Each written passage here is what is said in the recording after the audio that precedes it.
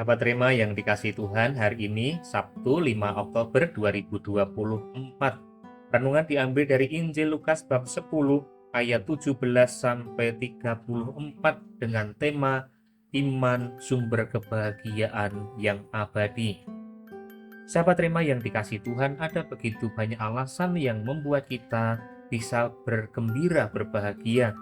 Kita bangun pagi, menerima anugerah hari baru, hidup baru, kita bersyukur, kita berbahagia, kita bergembira, kita diberi anugerah kesehatan, kita bersyukur, kita berbahagia, kita bergembira, kita diberi rezeki yang cukup untuk kehidupan sehari-hari, kita berbahagia, kita bergembira, kita dapat meraih harapan, cita-cita, kita berbahagia, kita bergembira. Dan masih begitu banyak alasan yang bisa membuat kita berbahagia. Dalam bacaan Injil yang kita baca, para murid, 70 murid pun bergembira karena apa? Berhasil dalam karya. Mereka mengatakan begini kepada Tuhan Yesus. Kemudian ke-70 murid itu kembali dengan gembira dan berkata, "Tuhan, setan-setan pun takluk kepada kami demi nama-Mu."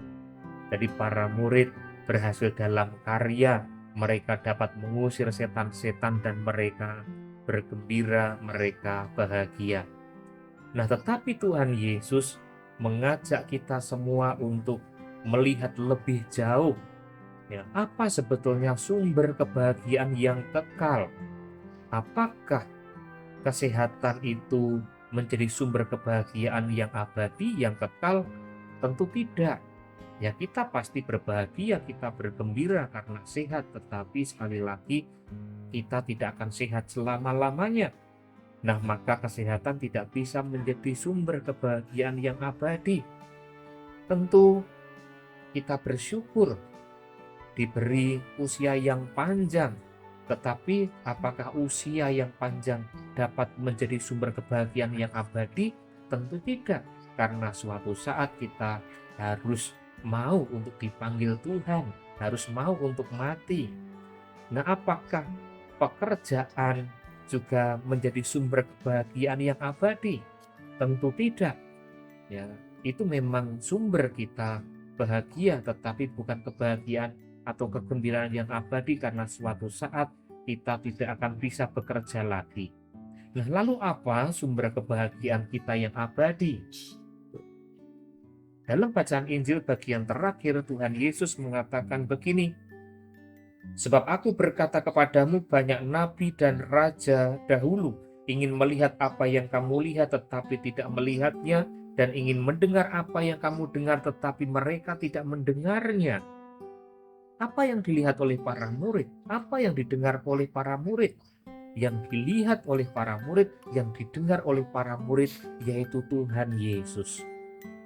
Para nabi zaman dulu, para raja zaman dulu ingin melihat, ingin mendengar Tuhan Yesus, tetapi mereka tidak melihat, tidak mendengar.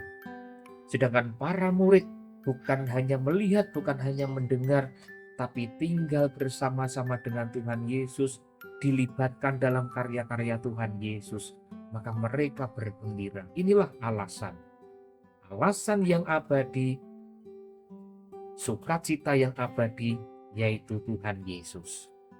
Nah, sahabat Rema yang dikasihi Tuhan, kita memang tidak melihat Tuhan Yesus, kita tidak mendengar Tuhan Yesus secara langsung, tetapi Yesus mengatakan kepada kita, berbahagialah yang tidak melihat namun percaya. Dan kita pribadi-pribadi yang dipilih beriman kepada Tuhan Yesus. Dan Yesus mengatakan berbahagialah. Mengapa? Karena iman kepada Tuhan Yesus memberikan jaminan kehidupan yang kekal. Yesus mengatakan, barang siapa percaya kepadaku, ia akan beroleh hidup yang kekal. Barang siapa percaya kepadaku, ia akan kubangkitkan pada akhir zaman. Maka iman kepada Tuhan Yesus itulah alasan kebahagiaan yang abadi. Maka sahabat Rema yang dikasihi Tuhan, mari bersama-sama kita teguh beriman pada Tuhan Yesus dan mengerjakan pekerjaan-pekerjaan Tuhan Yesus. Tentu orang yang percaya kepada Tuhan Yesus, mengerjakan pekerjaan-pekerjaan Tuhan Yesus, memiliki jaminan hidup yang kekal dan nama kita tercatat di surga. Iman pada Tuhan Yesus itulah alasan kebahagiaan yang abadi. Kemuliaan kepada Bapa dan Putra dan Roh Kudus, seperti pada permulaan, sekarang, selalu, dan sepanjang segala abad. Amin. Tuhan bersamamu dan bersama rohmu. Kita sekalian, komunitas, keluarga kita masing-masing, dan hidup kita hari ini senantiasa dibimbing, dilindungi, dan diberkati oleh Allah yang Maha Kuasa, Bapa dan Putra dan Roh Kudus. Amin. Keluarga Kudus Nazaret, doakanlah kami. Amin.